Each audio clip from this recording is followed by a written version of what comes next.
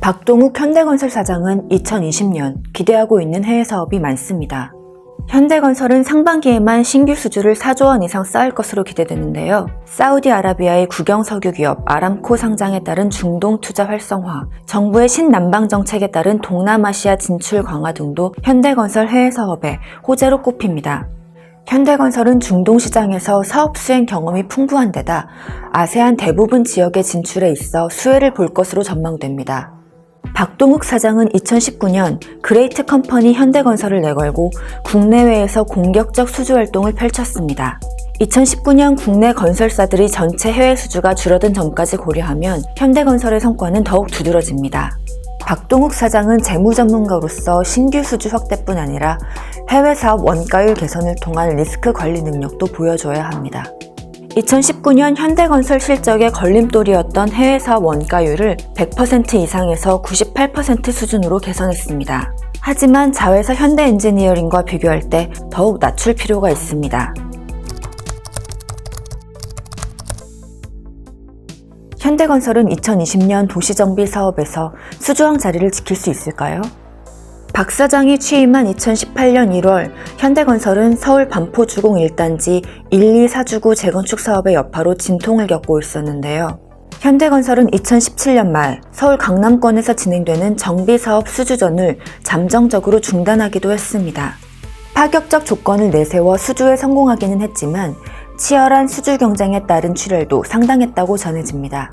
박 사장은 취임 이후 건축사업본부 밑에 있던 주택사업부를 주택사업본부로 격상하고 같은 해 3월 서울 대치쌍용 2차 아파트 재건축 사업을 시작으로 도시정비사업 시작을 알렸습니다. 박동욱 사장은 2019년 국내 도시정비 수주시장에서 공격적 영업활동으로 현대건설을 2년 만에 도시정비사업 신규 수주 1위에 올려놨습니다. 서울 한남 3구역 재개발 사업 재입찰, 반포주공 1단지 3주구 재건축 사업 재입찰 등 굵직한 사업을 눈앞에 두고 있습니다. 박동욱 사장은 국내외에서 현대건설의 경쟁력을 강화하기 위해 힘썼고 성과도 거뒀지만 남북 경협은 현대건설 주가에 여전히 중요한 변수입니다. 현대건설 주식은 대표적 대북주로 꼽히는데 시장의 기대감도 남북 경협에 크게 쏠려 있습니다.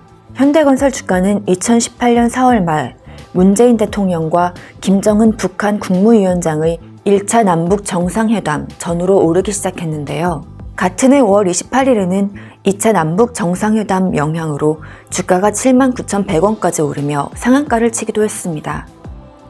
박동욱 사장 취임 뒤 2년 동안 있었던 두 번의 변곡점은 모두 남북 혹은 북미 관계와 관계가 있었습니다.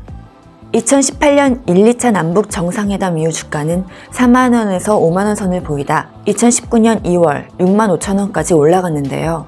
도널드 트럼프 미국 대통령과 김정은 위원장의 하노이 북미 회담을 향한 기대감이 원인이 됐습니다. 하지만 하노이 회담이 별 소득 없이 끝나고 정부의 부동산 시장 규제가 이어지면서 현대건설 주가는 다시 4만원 안팎으로 돌아왔습니다. 남북 경협이나 정부 규제는 개별 회사나 전문 경영인이 제어하기 어렵다는 점에서 박동욱 사장의 고민이 깊을 것으로 보입니다.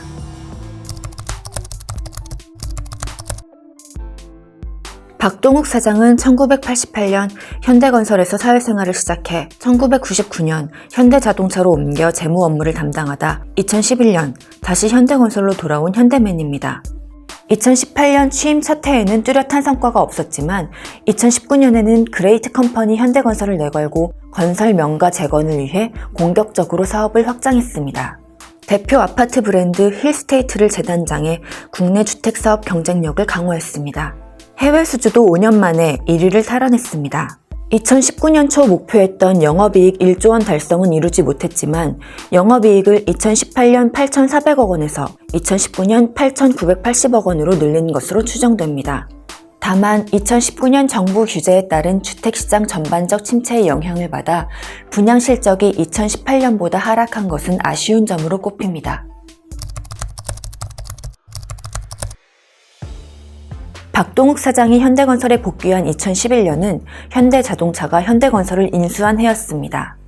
박 사장은 현대건설에서 재경 본부장과 부사장을 맡아 해외 사업의 수익성을 높이고 내실 경영을 통한 재무구조 안정화에 이바지했다는 평가를 받았습니다. 재무의 잔뼈가 굵은 만큼 꼼꼼하지만 결단력이 강하다는 얘기도 듣습니다. 2018년 현대건설 대표를 맡았을 때 내실 경영에 주력할 것으로 예상됐지만 국내의 수주 확대에도 적극적으로 나서고 있는데요. 2019년 한 해 국내의 신규 수주에서 광폭 행보를 보였습니다.